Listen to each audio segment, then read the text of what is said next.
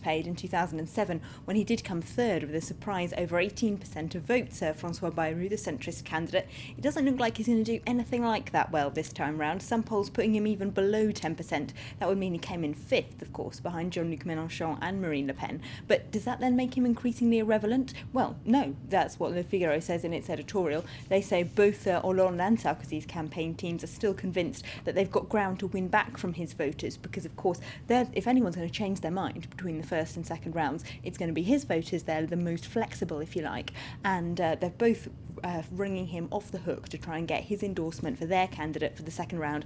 Sarkozy's team allegedly have even, publicly in fact, not allegedly, have indeed offered him the job of Prime Minister if he agrees to back them. Whether he'd take it or even wants it, of course, is a completely different question.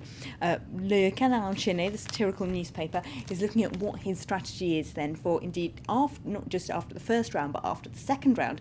They reckon, quite contrarily to Le Figaro thinks that it would be more natural for him politically to back Nicolas Sarkozy. Their campaign platforms have more in common, even though he once called the current president a barbaric child, and he says he has more in common personally with François Hollande. He gets on with him better, but they reckon he and Sarkozy are more natural political bedfellows. Le Canard Enchaîné, though, thinks that that he's betting effectively on Sarkozy losing badly, and then his party, the UMP, which was a disparate coalition of right-wing groups to start with, effectively implodes because of that electoral fall, and he can then construct a centrist party with the more moderate elements of the UMP. So Bayrou stuck in the middle there, and as you were saying, it's looking increasingly unlikely that he'll come in third position. Jean-Luc Mélenchon and Marine Le Pen battling it out, it seems, for that third spot.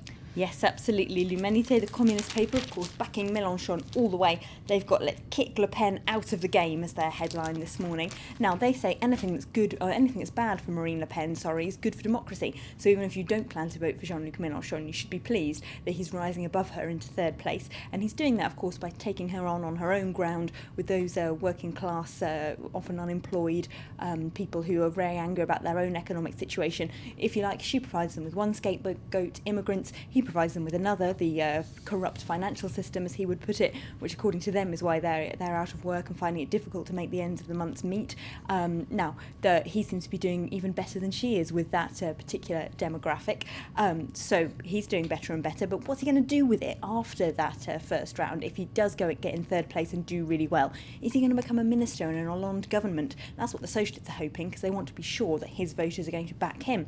But back in Le Canard Enchaîné, they always have the information in that satirical paper, and they reckon he's going to refuse to back Hollande into the second round unless Hollande agrees to hold a referendum on the European budget treaty. Now, Hollande has, of course, said that he will renegotiate it, but he's very unlikely to want to put it to a referendum. But that's what Mélenchon reckons. He's going to make his next personal calls after this election, trying to call President Hollande to get that referendum. But apparently his allies, the Communist Party, are trying to stop him going out on his own with these kind of big campaigns. They're trying to bring him back into line. Now we're going to stick with L'Humanité, and in there's some very unflattering news for Marine Le Pen. Yes, in here, effectively, they've been round to Marine Le Pen's house. They've got some pictures of it on the inside. They say that the candidate who says that she's a candidate of the working classes is in fact living in a chateau that was built with the proceeds of a factory once owned by her father, Jean-Marie Le Pen's family, which was mostly staffed by immigrants, which they think is rather hypocritical. And Libération, it's looking at what might happen immediately after Sunday's first round of voting. Yes, now, of course, polls close in the evening on the 22nd of April. All broadcasters and newspapers, websites, whoever, are officially banned from publishing any exit polls or partial results until 8 p.m. at the very earliest. That's what Libération has put on its front page. They've got a mock tweet there on the front page with someone tweeting all the different percentages, and it's obvious the point that they're making. In the era of Twitter and Facebook and social networks, is it even possible for the election authorities to block any partial results coming out until 8 p.m. in the evening? It's really pretty unlikely, but whether or not big media organisations like Libération themselves will decide to defy the law and tweet the partial results as soon as they have them, well, from the tone of their editorial, I'd say it sounds to me like that's what they plan to do, but we'll have to wait and see. We will indeed have to wait and see. Thank you very much, Elena, for that look at the French papers. You're watching Live from Paris, a reminder of our top stories.